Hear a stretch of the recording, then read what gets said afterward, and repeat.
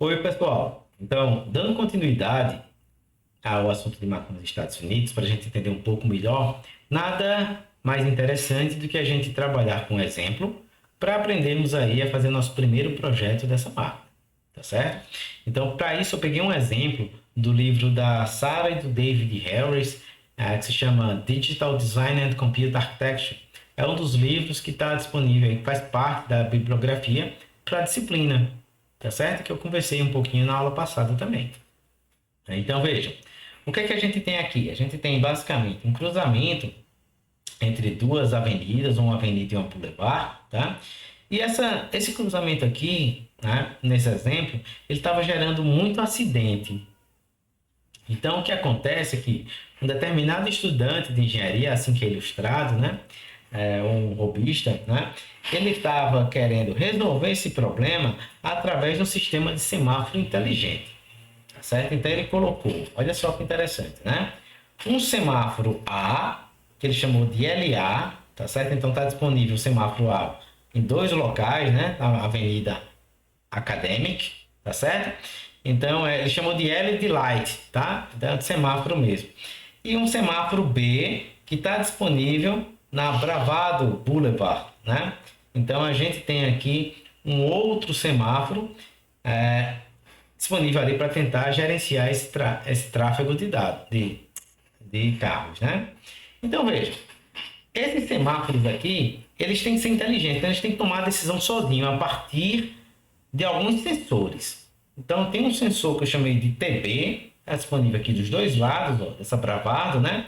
Que provém informação se há ou não movimentação na Boulevard, tá? E o sensor ATA, né? Ele define, ele especifica, ele consegue identificar se há ou não movimento na Avenida Academic, né? E a partir daí, a gente vai tentar projetar um sistemazinho que tome como base, como entrada, né, os sinais dos meus sensores e forneça na saída o sinal que vai para os meus semáforos. Então, olha só que interessante, né? De uma forma geral, eu teria isso aqui.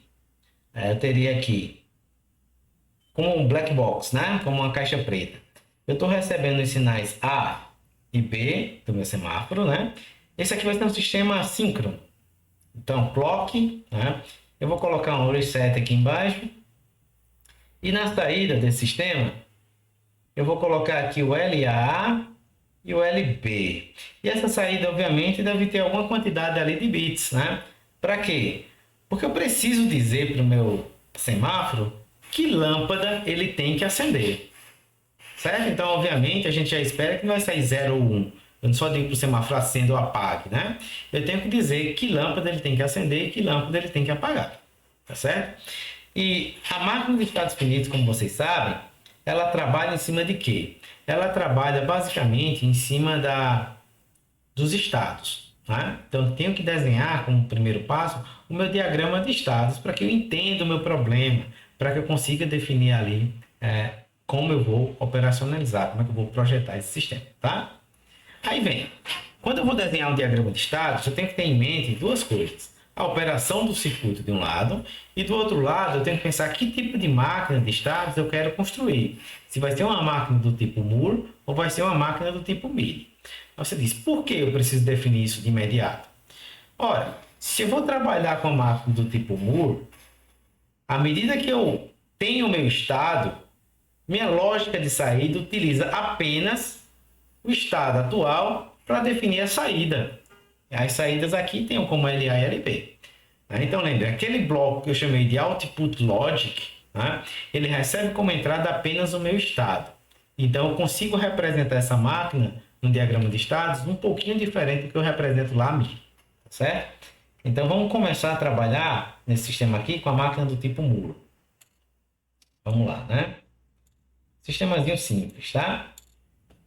E a gente vai fazer o seguinte. Vamos desenhar aqui um estado inicial, que eu vou chamar de S0, tá?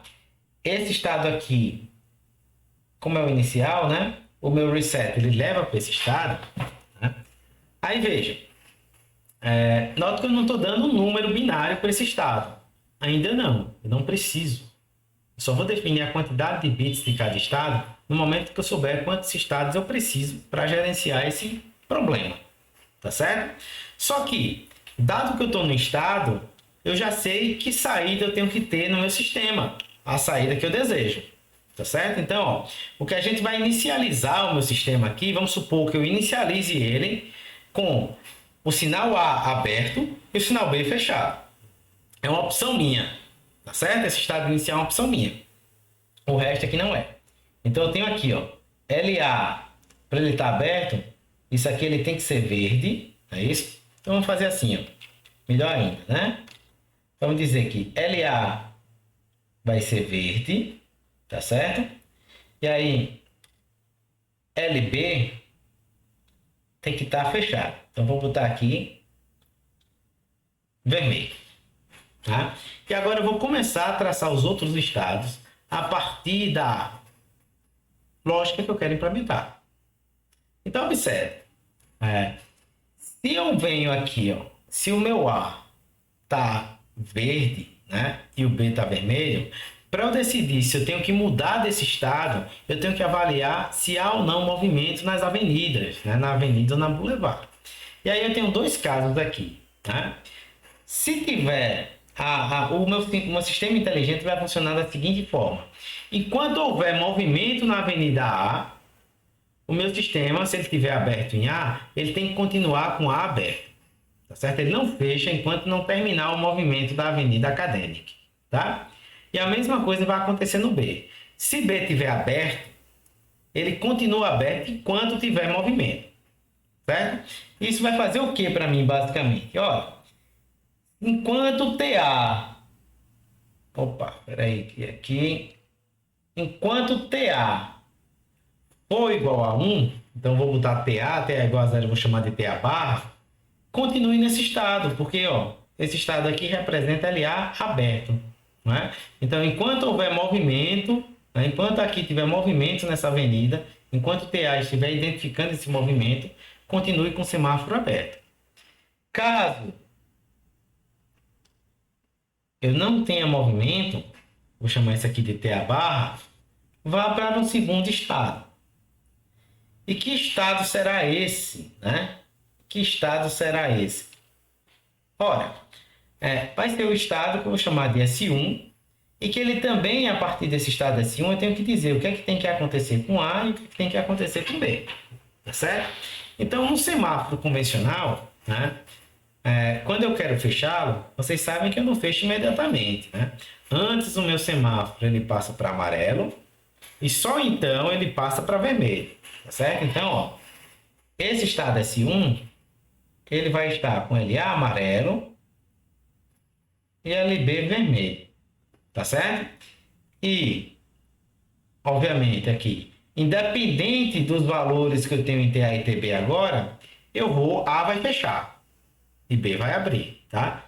Por quê? Porque eu não vou para amarelo e depois eu volto para verde, né? Eu tenho que continuar a minha transição de estado, né? Então, o semáforo aqui, ele vem para um terceiro, né, estado, que eu vou chamar isso aqui de S2. E que aqui eu vou ter o meu LA, né, vermelho, e o meu LB, ele passa a ser verde. Tá certo? Aí nota, aqui agora o B está verde, então está podendo o pessoal trafegar pela Pravado Boulevard, né? Mas o Academic Avenue ele está vermelho. Aí qual seria as condições possíveis? Olha, enquanto tiver tráfego em B, o B continua aberto. E essa a inteligência que eu estou dando para o meu semáforo, né? Então, ó, enquanto tiver aqui, né, TB, enquanto TB for igual a 1, continue no estado S2. Caso TB seja 0, né, então vou representar isso por TB barra, vá para um outro estado. E que estado é esse? Vai ser um estado que eu vou chamar de S3. E que, novamente, a partir dele, eu vou definir quais são os valores de LA e LB. Tá certo? Então, ó, se aqui eu tenho... se eu vou fechar B, né, porque essa transição de estado está nesse sentido, né? Se eu vou fechar B, B primeiro ele tem que se transformar em amarelo, é isso? LA então continua em vermelho. E depois de um tempo, você fecha B e abre LA, certo? Então esse aqui seria o diagrama de estados dessa solução, dessa problemática. Tudo bem?